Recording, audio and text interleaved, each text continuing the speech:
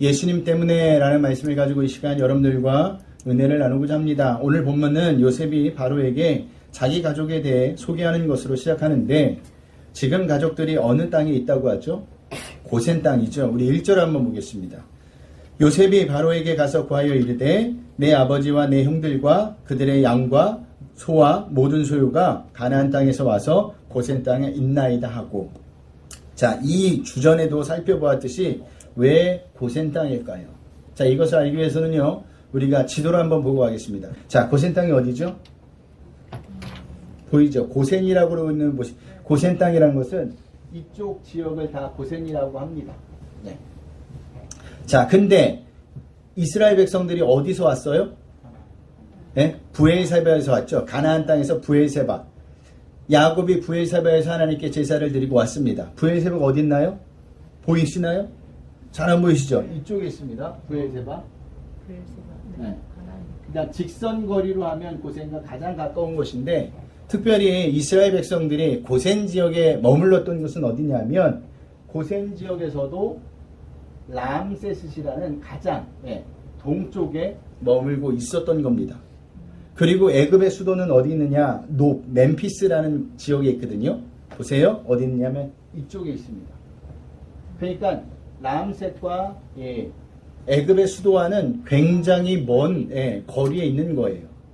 자, 이것을 생각하고 오늘 본문을 보겠습니다. 자, 왜 요셉이 고센 땅을 정했을까? 고센 땅은요, 나일강 동쪽에 위치한 지역으로 유목 생활을 하지 않았던 애굽 사람 입장에서는요, 쓸모없는 땅이었지만 유목 생활을 하고 있었던 야곱의 가족 입장에서는 쓸모있는 땅이었기 때문입니다. 그리고 고센 땅은요, 가나안 땅과 아주 가까운 땅이어서 언제든지 마음만 먹으면 가나안 땅으로 다시 돌아갈 수 있는 땅이었기 때문에 고센 땅을 선택한 것이었어요. 그리고 영적인 이유도 있었다고 했죠. 그 이유는요, 고센 땅은 지리적으로 보면 바로가 있는 애굽의 수도와 가장 멀리 떨어져 있는 곳이기도 합니다. 그 의미는 수많은 우상을 섬겼던 애굽의 영향을 덜 받는 곳이었다는 겁니다. 자, 이 모든 것을 염두에 두고 요셉은요, 고센 땅을 선택한 것이었어요. 철저하게 요셉은요, 신앙적으로 생각하고 판단하고 결정하였다는 사실입니다. 저는 여러분이요, 어떤 것을 선택하고 결정할 때 요셉처럼 철저하게 신앙적으로 판단하고 결정하기를 바랍니다. 좀 더 쉬운 편으로 하면 하나님을 가장 먼저 생각하라는 거예요.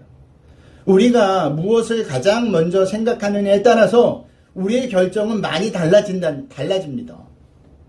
이것이 달라지지 않으면 우리의 신앙생활은 변하지가 않아요. 왜 우리가 하나님을 가장 먼저 생각해야 되느냐? 그래야 우리가 하나님이 원하시는 신앙생활을 할 수 있기 때문입니다. 우리는요, 하나님을 먼저 생각하지 않으면 항상 어느 쪽으로 생각합니까? 나 편한 쪽으로 생각하죠. 나 유익 쪽으로 생각합니다. 그래서 의식적으로도 우리는 하나님을 먼저 생각하고 어떤 일을 결정할 때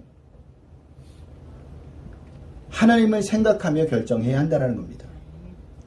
자, 그리고 오늘 요셉은요, 형들 중에 5명을 바로에게 먼저 소개를 시키죠. 우리 2절에서부터 4절을 볼까요? 우리 한 목소리 읽겠습니다. 그 뒤에 형제 중 5명을 택하여 바로에게 보이니 바로가 요셉의 형들에게 묻되 너희 생업이 무엇이냐? 그들이 바로에게 대답하되 종들은 목자이온데 우리와 선조가 다 그러하나이다 하고, 그들이 또 바로에게 고하되 가나안 땅에 기근이 심하여 종들의 양떼를 칠 곳이 없기로 종들이 이곳에 거류하고자 왔사오니 원하건대 종들로 고센 땅에 살게 하소서. 아멘. 자, 어떤 기준에서 5명을 선택했는지는 알 수 없습니다. 그런데 이것이 중요한 것이 아니라 중요한 것은 따로 있어요. 그것은요, 야곱의 가족을 바로 왕이 만나 주었다라는 겁니다. 여러분, 상식적으로 한번 생각해 보세요. 어떤 왕이 한 이민자의 가족을 만납니까? 지금 우리가 살고 있는 이 시대만 봐도 어떤 대통령이 외국에서 이민 온 가족을 만나줍니까? 안 만나줘요. 현실적으로 불가능하죠. 그런데 지금 누구 때문에 가나안 땅에서 온 야곱의 가족을 만나주고 있어요? 요셉 때문입니다. 요셉이 부탁해서 바로 왕이 만나준 거예요. 요셉이었기 때문에 가능했다라는 사실입니다. 여러분, 이 장면은, 이 모습은요, 우리의 구원의 모습과 똑같습니다. 우리가 한 나라의 대통령, 아니 한 도시의 시장도 만나기도 힘든데 그보다 훨씬 높으신 하나님을 어떻게 만납니까? 못 만나죠. 그런데도 우리는 그 하나님을 만났습니다. 누구 덕분에요? 예수님 덕분에요. 예수님 때문에 만났어요. 예수님 때문에 만날 수 없는 분을 우리가 만난 겁니다. 그뿐만이 아니에요. 예수님 때문에 하나님을 만난 것을 넘어서 우리가 구원을 받았다라는 사실이에요. 이것은 굉장한 사건입니다. 그래서 예수님께서도 이렇게 말씀하신 거예요. 요한복음 14장 6절을 볼까요? 우리 다 같이 읽겠습니다. 요한복음 14장 6절. 예수께서 이르시되 내가 곧 길이요 진리요 생명이니 나로 말미암지 않고는 아버지께로 올 자가 없느니라. 아멘. 무슨 말이냐? 예수님 당신만이 구원이시라는 겁니다. 예수님 당신만이 하나님을 만날 수 있는 유일한 길이라고 말씀하고 계신 거예요. 오직 예수님이라는 겁니다. 우리는 이 진리를 절대 잊으시면 안 됩니다. 다른 것은 다 잊어도, 다른 길은 다 잊어도 예수님만이 우리의 구원이시고 예수님만이 하나님을 만날 수 있는 유일한 길이라는 것을 꼭 기억하시길 바랍니다. 예수님 때문에요. 그래서 우리가 이 자리에 나와 하나님께 예배드릴 수 있게 된 겁니다. 여기서 한 가지 더 주목해야 될 것이 있어요. 그것은요, 4절에 나오는 요셉 형들이 이야기한 거류하다라는 단어입니다. 자, 이 단어는 어떤 의미를 가지고 있느냐면 잠시 동안 머물다라는 의미를 가지고 있어요. 그러니까 야곱의 가족은 애굽에 아주 정착하기 위해서 온 것이 아니라는 말이죠. 어떻게 하기 위해 온 거예요? 잠시 이 기근을 피할 동안 머물기 위해서 왔다라는 겁니다. 이 기근이 끝나면 어디로 가야 한다는 거죠? 그럼 다시 가나안 땅으로 가겠다는 의미예요. 성도인 우리도 마찬가지입니다. 우리가 이 세상에 온 것은요, 아주 정착하여 영원히 살기 위해서 온 것이 아니에요. 잠시 동안 머물기 위해서 우리가 이 땅에 온 겁니다. 그렇기 때문에 이 세상에서 영원히 살 것처럼 사시면 안 돼요. 그 대신 언제라도 떠날 준비를 하고 사셔야 합니다. 왜냐하면 우리는요, 하나님께서 부르시면 언제라도 떠나야 하는 존재이기 때문이에요. 하나님 잠깐만요, 전 일이 아직 끝나지 않았습니다 라고 이야기한들 하나님이 그것을 들어주지 않아요. 하나님이 오라고 하시면 그냥 하던 일 멈추고 가는 겁니다. 그렇다고 여러분들에게 여러분의 일상을 내팽겨치라는 말이 아니에요. 성도는요, 주어진 삶에 있어서 누구보다도 최선의 삶을 다 살아야 합니다. 오늘 예수님이 온다 해도 예수님이 오기 전까지 최선의 일상의 삶을 살아내셔야 한다는 거예요. 그게 성도라는 겁니다. 그래서 예수님이 이런 말씀을 하셨어요. 우리 마태복음 20장 40절에서 41절 말씀입니다. 마태복음 24장 40절 41절 말씀입니다. 우리 다 같이 읽겠습니다. 그때 두 사람이 밭에 있음에 한 사람은 데려가고 한 사람은 버려둠을 당할 것이요, 두 여자가 맷돌질을 하고 있음에 한 사람은 데려가고 한 사람은 버려둠을 당할 것이니라. 아멘. 자, 이 말씀은 예수님께서 마지막 때에 내가 올 것이라는 것을 말씀하시면서 언제 임할는지, 어떤 상황이 임할는지에 대해서 이야기해주고 있는 겁니다. 자, 여기 보면 두 사람이 밭을 가를 때, 또 어떤 상황이요? 두 여자가 맷돌질을 하고 있을 때입니다. 무슨 말이냐면 일상의 삶을 살고 있을 때라는 말입니다. 그때 예수님이 오신다라는 거예요. 예수님께서 이렇게 말씀하신 것은요, 성도들이 일상의 삶을 소홀히 여기지 말라는 겁니다. 최선을 다해 하루하루 삶을 살아내라는 거예요. 그런데도 일상을 내팽개치고 예수님만을 오심을 기다리는 사람들이 있는데 그것은 다 잘못된 거예요. 그것은 다 이단입니다. 예수님은 그렇게 말씀하지 않았어요.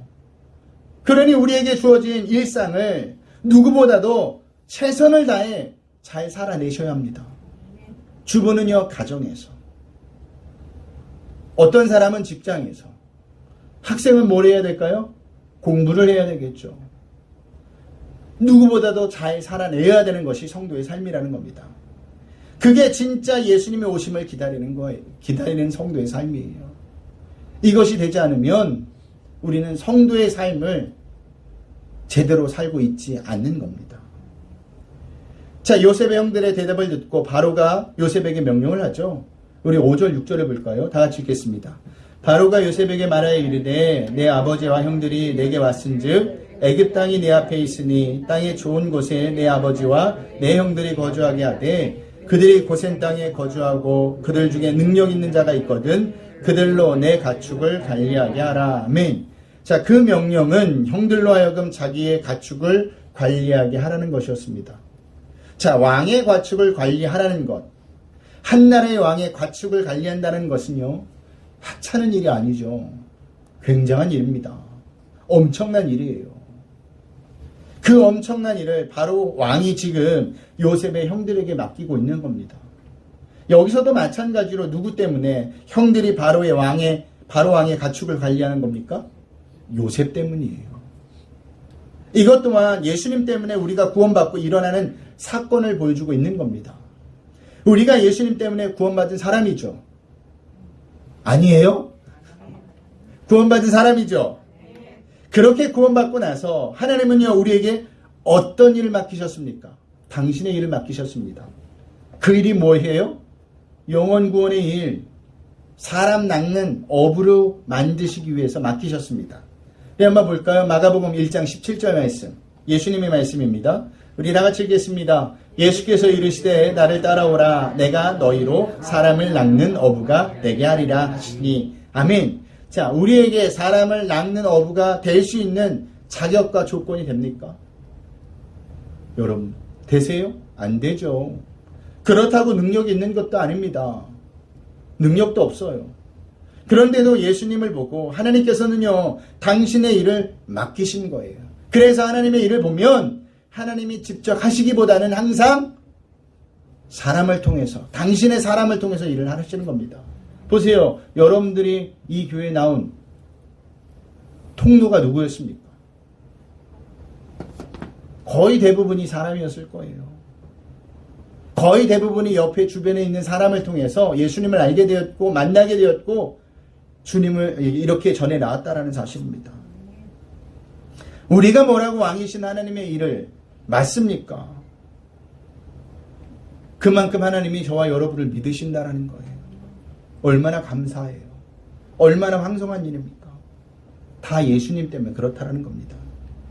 그렇다면 어떻게 일을 해야 될까요? 최선을 다해 영혼 구원을 하셔야 합니다. 여기서 말하는 영혼 구원이란 믿지 않는 사람들에게 예수님을 증거하는 거예요. 그런데 이것은요, 말로만 복음을 증거해서는 안 됩니다. 뭘로 증거해야 됩니까? 제가 늘 강조하지 않습니까? 삶으로 복음을 증거하셔야 합니다. 그런 의미에서 삶으로 복음을 증거한다는 것은 무슨 뜻이죠? 세상 사람들과는 다른 거룩하고 구별된 삶을 살라는 겁니다. 세상 사람들과는 다른 가치관을 가지고 성경적 가치관을 가지고 살라는 거예요. 그럴 때 세상 사람들이 우리가 믿는 예수님에 대해서 궁금해할 것이고 그로 인해 그들이 예수님을 믿게 된다라는 사실이에요. 말로만 해서 예수를 믿지 않아요. 시대가 점점점 그렇게 변해 가버렸습니다. 그렇기 때문에 누구보다도 우리는 최선을 다해서 말씀대로 삶을 살아내셔야 한다는 거예요.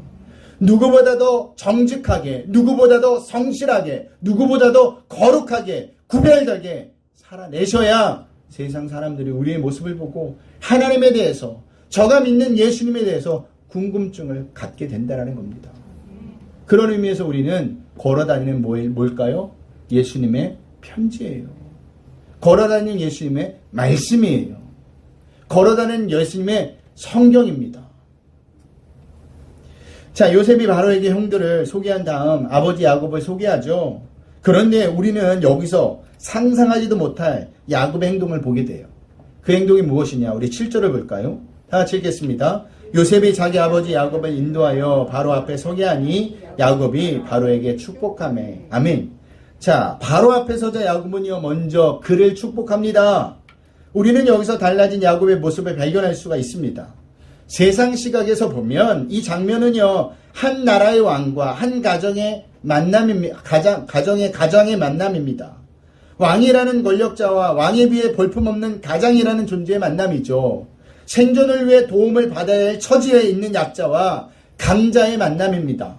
그리고 야곱이 바로 왕에게 고개 숙여야 할 위치에 있는 만남이었어요. 하지만 야곱은 오히려 그 왕에게 축복을 합니다. 여러분, 지금 야곱이 바로를 축복할 수 있는 처지입니까? 아니죠. 오히려 반대로 야곱을 축복해야 하는 것이 바로여야 합니다. 그런데 성경은요, 야곱이 바로 앞에 서자 그를 축복하였다고 기록하고 있어요. 이것이 야곱이 달라진 모습이에요. 무엇이 달라졌느냐? 야곱의 복의 개념이 달라졌다는 사실입니다. 예전 같았으면요, 바로를 축복하지 못했을 거예요. 야곱은요, 세상의 시각으로 바로는 자신보다 높은 자입니다. 자신보다 성공한 자예요. 자신보다 복받은 자예요. 맞죠? 하지만 야곱은 하나님 만난 이후로 이제 삶을, 세상을 그렇게 보지 않고 있어요. 그래서 바로가 가지고 있었던 지위가, 성공이 진짜 복이 아니라는 것을 안 것이고 그것에 주눅들지 않았던 것입니다. 그 대신 바로 또한 어떤 자로 보고 있는 거예요? 바로 또한 복을 받아야 될 자, 다른 말로 이야기하면 바로 또한 하나님께 구원받아야 될 자로 본 것입니다. 그래서 야곱이 바로를 축복한 거예요. 야곱의 이러한 시각은요, 오늘을 살아가고 있는 성도인 우리에게도 필요합니다. 여러분, 세상에서 아무리 높은 자리에 있다 해도, 세상에서 아무리 성공했다고 해도 예수님을 만나지 못했다면 그 사람은요, 복받은 사람이 아니에요. 오히려 복을 받아야 될 사람입니다. 구원받아야 될 사람입니다. 성도인 우리에게 이런 시각이 없다면 세상에서 높은 자리에 있는 사람을, 세상에서 성공한 사람을 복받은 사람이라 생각하고 우리는요, 그들의 삶을 부러워할 겁니다. 그들을 만날 때마다 내 삶을 보면서 오히려 주눅질지도 몰라요. 그런 의미에서 여러분들에게 묻겠습니다. 여러분들은 야곱과 같은 시각을 가지고 계십니까? 야곱과 같은 시각이 있어야 진짜 복이 무엇인지를 알고요, 그래야 예수님 없이 세상적으로 성공한 사람들을 부러워하지 않고 그들을 만나도 주눅들지 않는 겁니다. 이것은 교회도 마찬가지예요. 교회도 이런 시간이 없다면요, 예수님 없이 세상에서 성공한 사람이 등록하는 것을 굉장히 기뻐할 겁니다. 국회의원이 등록하는 것, 기업 사장이 등록하는 것, 어느 교회에서 반겨주지 않겠습니까? 그리고 그들이 등록하면 어떤 생각을 가질까요? 하루라도 빨리 교회 기둥으로 만들고 싶은 거예요. 집사에서 다 건너뛰고 장로로 바로 주거나 일을 맡기거나 이럴 겁니다. 왜 그렇죠? 그래야 교회에 도움이 된다고 생각하기 때문입니다.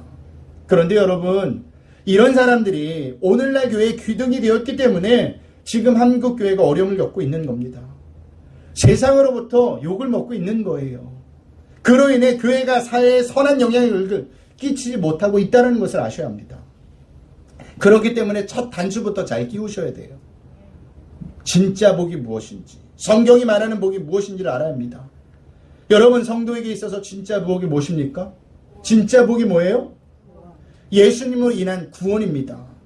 이게 진짜 복이에요. 여러분들과 저에게 예수님이 인해 하나님의 자녀가 되었다는 것이 진짜 복이에요. 이보다 더 좋은 복은 없습니다. 이것을 모르기 때문에 진짜 복인 구원을 받았음에도 불구하고 자꾸만 우리는 기도할 때 세상 복만 구하는 거예요. 여러분, 진짜 복이 무엇인지를 알아. 세상에서 어떤 사람을 만나도 주눅질지 않고 그들을 축복해 줄 수 있는 자가 되길 바랍니다. 확실한 구원에 확신이 있는 사람만이, 내가 어떤 복을 받은 자만이 어떤 사람을 만나도 꿀리지가 않는 겁니다. 당당할 수 있는 겁니다. 그러기 위해서는 우리가 어떤 복을 받았는지 정확히 아는 것이 중요해요. 모르면 똑같을 수밖에 없어요, 맨날.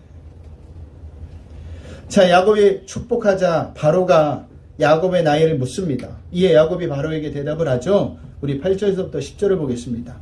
우리 한 목소리 읽겠습니다. 바로가 야곱에게 묻되 내 나이가 얼마냐? 야곱이 바로에게 아뢰되 내 나그네 길의 세월이 130년이다. 내 나이가 얼마 못되니 우리 조상의 나그네의 길에 연조에 미치지 못하나 험악한 세월을 보냈었나이다 하고 야곱이 바로에게 축복하고 그 앞에서 나오니라. 아멘. 자, 어떤 대답을 하느냐? 야곱이 내 나그네 길의 세월이 130년이라고 합니다. 내 나이 얼마가 못되니 우리 조상의 나그네 길에 연주에 미치지 못하나 험악한 세월을 보냈다고 하죠.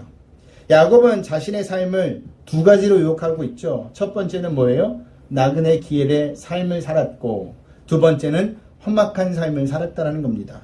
여기 특히 험악한 세월을 보냈다라는 말은요, 단지 야곱이 고생을 했다라는 표현이 아니라 자신의 뜻이 아닌 하나님의 뜻에 산 인생임을 고백하고 있는 겁니다. 자, 그래서 인생이 힘들었다는 거예요. 왜 힘들었을까요? 내 뜻대로 살고 싶은데 하나님께서 그렇게 놔두지 않으니 힘이 든다라는 겁니다. 힘이 들었다라는 거예요.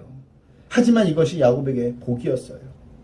왜 복이었을까요? 그로 인해 야곱은 하나님을 만났고 진짜 복이 무엇인지 깨달았으며 하나님께 끝까지 인도받는 삶을 살았기 때문이에요. 우리도 마찬가지 아닙니까? 우리의 인생이 우리 뜻대로 됐다면 얼마나 좋겠어요. 네? 장로님 인생이 장로님 뜻대로 평평대로였다면 얼마나 좋겠어요. 그처럼 평안한 인생도 없을 거죠. 하지만 그것이 우리의 인생을 망하게 한다는 것을 아셔야 합니다. 왜 망하게 하느냐? 하나님을 평생 모르는 삶을 살기 때문이에요. 보세요. 만약 인생이 우리 뜻대로 되어졌다면 아마 여기 나와 앉아 예배드리고 있는 분은 아무도 없을 거예요. 왜 아무도 없느냐? 우리의 인생이 우리 뜻대로 되어지는데 왜 하나님을 찾아요? 왜 하나님께 기도해요? 안 찾죠. 더 내 마음대로 살죠. 거침이 없는데. 세상 사람들 보세요. 세상에서 소위 성공했다는 사람, 자기 힘으로 성공했다는 사람들을 보면 모두 하나님을 찾지 않아요. 자기 힘으로도 웬만한 거 다 해결하는데 왜 하나님을 찾습니까?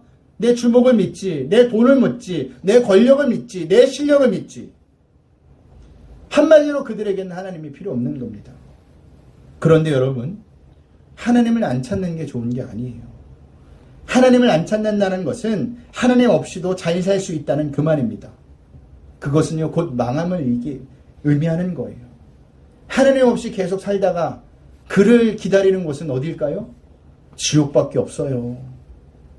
그게 어떻게 잘 사는 겁니까? 그게 어떻게 잘 나가는 삶입니까? 그런데도 성도들은 그 삶을 부러워하고 있어요. 뭐가 뭔지 모르는 겁니다. 예전에도 한번 이야기했던 것 같은데 시골에서 어느 한 분이 자다가 돌아가셨어요. 할머니가. 근데 온 동네 사람들이 그걸 부러워하는 거예요. 안 아프다가 그냥 자면서 돌아가셨다는 거예요. 자연사죠. 근데 결정적인 게 뭐냐? 예수를 믿지 않고 돌아가셨어요. 그래서 우리 성도님들도 다 부러워하시길래 그러지 말라고. 예수 믿지 않고 조용하게 돌아가셨어도 그분이 갈 곳은 지옥밖에 없다고. 그게 복이 아니라고 말씀드렸습니다. 그런데도 끝까지 목사님, 난 저렇게 죽고 싶다고 이야기를 하더라고요. 아니에요. 하나님 없는 삶, 예수님 없는 삶, 그렇게 편안히 가는 삶은요, 기다리는 것은 지옥밖에 없습니다. 그런 망해가는 인생을 살지 않기 위해서 하나님께서 우리의 인생을 뜻대로 되어지지 않게 하시는 거예요. 그러니 우리의 인생이 어때요? 험악할 수밖에 없는 거예요. 하지만 그것이 하나님의 은혜이며 그것이 하나님의 복입니다. 왜냐하면 그로 인해 구원받은 자가 되기 때문이에요. 바로를 보세요. 자기 뜻대로 되어지는 인생을 살았다면 그는 마지막까지 예수님을 핍박하는 자가 되어 있었을 겁니다. 다윗을 보세요. 밧세바를 범하고 그 죄를 숨기려고 밧세바의 남편인 우리아를 완벽한 계획 가운데 죽였습니다. 그렇게 자기 계획대로 계속 죄가 드러나지 않고 살았다면 그는 과연 어떻게 되었을까? 하나님 앞에 가서 마지막 때 심판을 받았을 겁니다. 그러니 자신의 뜻대로 살지 않는 게 은혜이며 복이라는 사실을 우리는 분명히 아셔야 합니다. 하나님의 뜻대로 사라지는 게 험한 삶이지만 은혜예요. 복입니다. 그런 의미에서 여러분은 여러분의 인생대로 사라지지 않는 게 뭐예요? 복받은 삶을 살고 있다고 생각하시면 돼요. 그리고 여기서 한 가지 더 살펴볼 것이 있는데 야곱은 자신의 인생을 나그네 길이라고 정의했다라는 겁니다. 그 말은요, 이 세상을 잠시 머물다가 가는 길이라고 생각했다라는 거예요. 4절에 야곱의 아들들이 고백한 거류하다라는 의미와 같은 의미예요. 자, 나그네 길은 어떤 삶이죠? 나그네 길은요, 주인 노릇 하지 않는 삶입니다. 보세요. 나그네는 어디를 가든 자신이 주인 노릇 할 생각을 하지 않아요. 금방 떠날 건데 무슨 주인 노릇을 합니까? 예. 그리고 나그네 길은요, 소유하지 않는 삶을 삽니다. 잠시 후면 떠날 텐데 뭐하러 내 것을 만듭니까? 집만 돼버리지. 다른 곳에 가면 필요 없을지도 모르는데 말입니다. 그래서 나그네 된 사람은 어떻게 할까요? 빌려 쓸 뿐이에요. 자신의 것을 만들지 않아요. 그리고 나그네 길은 어디로 가는지 모르는 삶입니다. 잠시 후면 영원히 구할 진짜 본향으로 가는데 이 세상에 어디를 가든 무슨 상관이 있겠습니까? 아무 상관이 없는 겁니다. 그런데도 성도인 우리는요, 자꾸만 나그네 길을 살고 있다는 것을 까먹어요. 그래서 어떻게 하죠? 자꾸 이 세상에 살면서 주인 노릇하려고 합니다. 자꾸 내 소유를 늘리려고 해요. 자꾸만 이 세상에 정착하려고 합니다. 그로 인해 어떤 일이 발생되는지 아십니까? 삶에 대해서 만족을 모르고 더 가지려고 욕심을 내는 겁니다. 그래서 또 뭐가 일어나죠? 서로 분란이 일어나고 싸움이 일어나고 다툼이 일어나는 거예요. 내 것이 없다면 싸울 일도 없어요. 욕심을 내지 않는다면 다툴 일도 없습니다. 여러분, 성도인 우리는 나그네의 길을, 삶을 사는 자들입니다. 이 사실을, 이 본분을 잊으시면 안 돼요. 그래서 제가 여러분들에게 날마다 말씀과 기도를 놓치지 말라고 하는 겁니다. 왜냐하면 말씀과 기도를 통해 우리 자신이 어떤 존재인지를 비로소 알게 되기 때문이에요. 성경 쓰기를 하시면서 성경 쓰시하는 분들이 고백하는 게 있더라고요. 예전에는 그냥 의미 없이 지나갔던 구절들이, 이야기들이 다 내 얘기로 받아들여지게 되었다라는 거예요. 예수님의 입장을 생각하더라고요. 예수님이 얼마나 답답하셨으면 그렇게 화를 내시고 그렇게 강조를 하셨을까. 그 모습이 내 모습이다 라고 이야기를 하더라고요. 말씀을 보는 자만이, 기도를 하는 자만이 그 심정을 압니다. 하나님의 마음을 알아요. 그래야 똑바로 할 수 있는 겁니다. 말씀을 마치겠습니다. 지금 우리가 지극히 높으신 하나님 앞에 나와서 예배 드릴 수 있는 것은 누구 때문이에요? 예수님 때문이에요. 저 때문임도 아니고 여러분 때문도 아니고 예수님 때문입니다. 그러니 한 주간도 이 사실을 잊지 않고 이 세상에서 예수님 때문에 복받은 자로서 세상이 복이라고 말하는 것 때문에 주눅지들 말고 당당하게 삶을 살아내시길 바랍니다. 여러분은요, 이미 최고의 복을 가지고 소유하고 있는 사람이에요. 그러니 우리의 인생이 우리 뜻대로 되어지지 않는다고 해서 속상해하지도 말고 오히려 하나님께 감사하세요. 나그네 삶을, 그리고 나그네 삶을 사시는 저와 여러분들이 되시길 소원합니다. 험악할지라도 괜찮아요. 하나님이 우리 인생을 개입하고 계시니까, 만지고 계시니까 그게 복입니다.